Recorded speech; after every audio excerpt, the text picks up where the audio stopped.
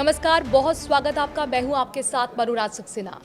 Iran, Israel, America की जंग से जुड़ी इस वक्त की बहुत बड़ी खबर आ गई है। ये यूं कहें कि अब ये युद्ध का जो पड़ाव है वो तेल refinery, gas refinery, energy centre और क्रूड ऑयल पर आकर टिक गया है। ऐसे में बाजार के हालात क्या हैं, दुनिया से किस तरीके से देख रही है और आगे ये जंग कहां जाके रुकेगी, क्योंकि ईरान तो अब प्रचंड बदले की आग में धधक रहा है। और जब इजराइल ने ईरान के सबसे बड़े तेल सेंटर पर हमला किया तो ईरान ने, आप देखिए, यूएई, कतर, कुवैत और सऊदी पर तेल रिफाइनरी को टारगेट किया है। वहां अभी भी प्रोडक्शन बंद है, कई रिफाइनरी तो आग में धधक रही हैं।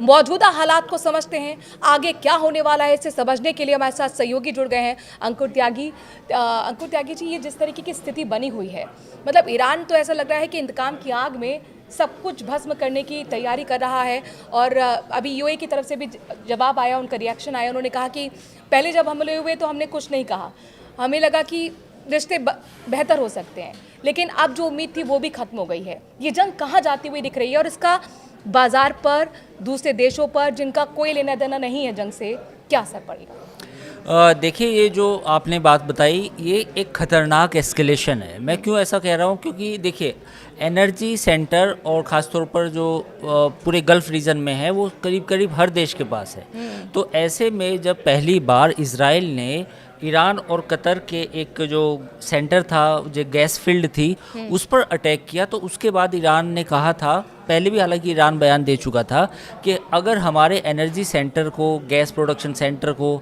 या ऑयल फैसिलिटीज़ को आपने टारगेट किया तो हम उसका जवाब देंगे।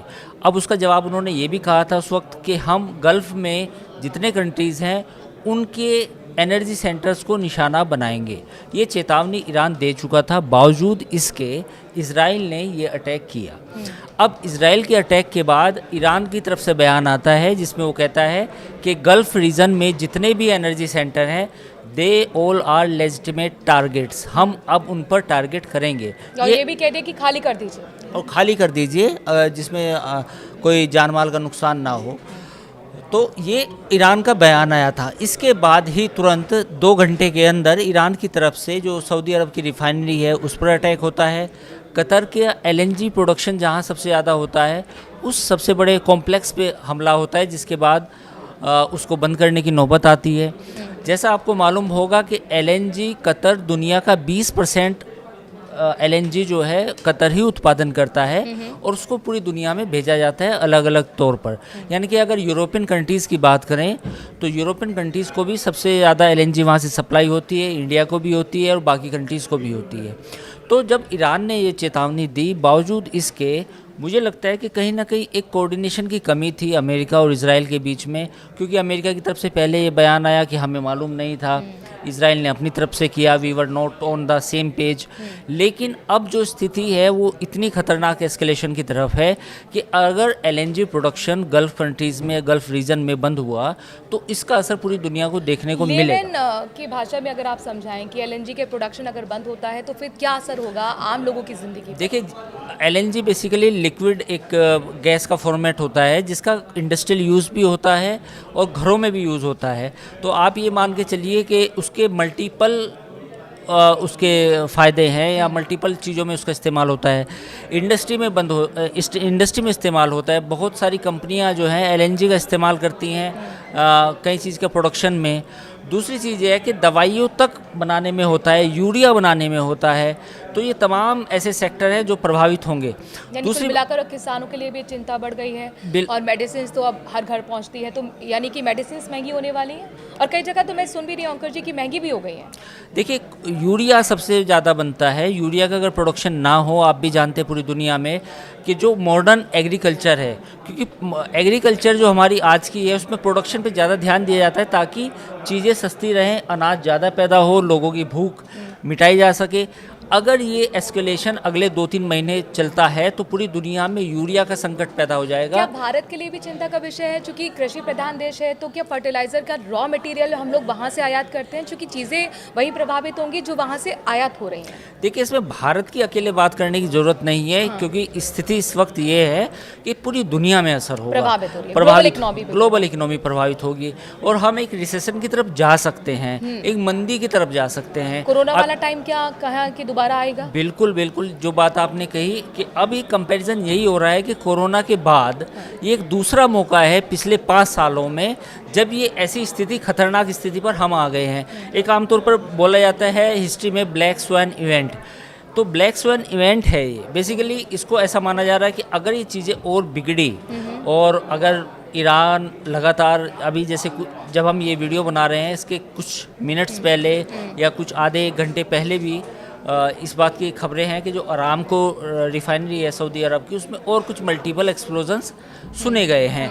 हालांकि अभी सऊदी अरब सरकार का एक आधिकारिक बयान आना बाकी है। तो जिस तरह से ईरान जो है अपने ड्रोन्स के जरिए अटैक कर रहा है पूरे गल्फ़ रीजन को, तो उससे एक भयानक संकट पैदा हो सकता है और इसका असर अब दिखने भी लगा है। अगर आप शेयर मार्केट की करें, भारत के शेयर मार्केट की बात करें, तो आज उसमें करीब करीब 3.25% की गिरावट देखने को मिली।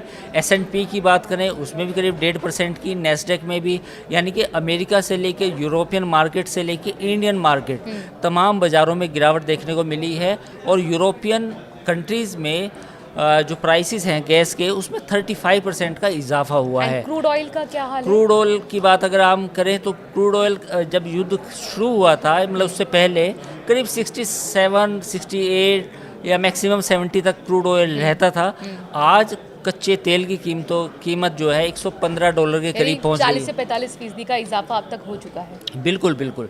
और ये आप ये इस स्थिति कितना बढ़ सकता है, क्योंकि ईरान ने तो सीधे सीधे थ्रेट दिया था कि $200 के पार जाएगा।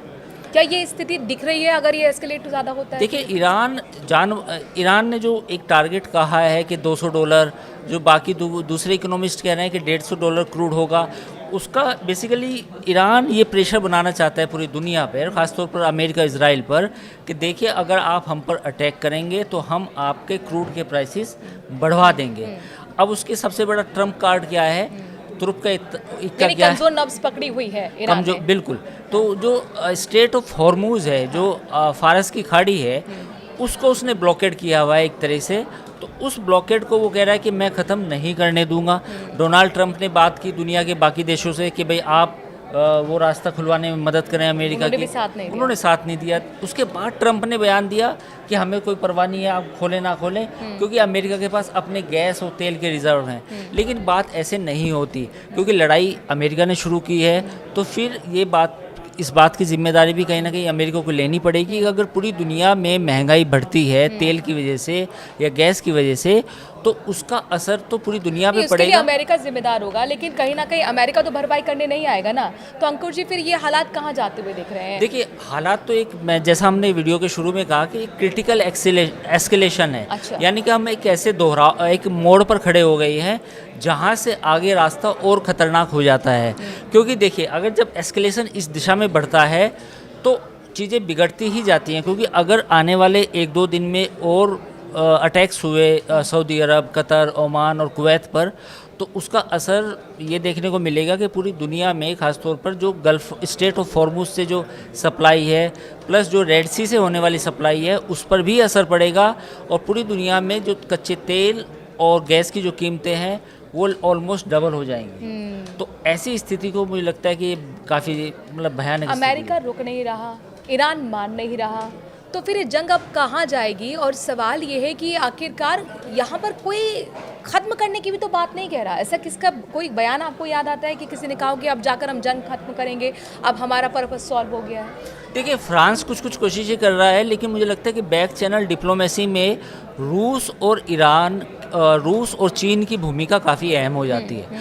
तो अगर रूस और चीन मिलके इस सिचुएशन को थोड़ा सा और हैंडल करें और वो अमेरिका से बात करें, तो और फ्रांस भी उसमें शामिल हो, तो हो सकता है कि चीज़ें वापस पटरी पर आए। ट्रंप का तो दौरा चीन का होने वाला था, वो रद्द हो गया, तो वो कुछ स्थिति तो बनती हुई दिख नहीं रही है। बिल्कुल, वो रद्द इसी वजह से हुआ है क्योंकि ये लड़ाई चल रही है। तो उसी वजह से स्ट्रेट ऑफ हॉर्मूज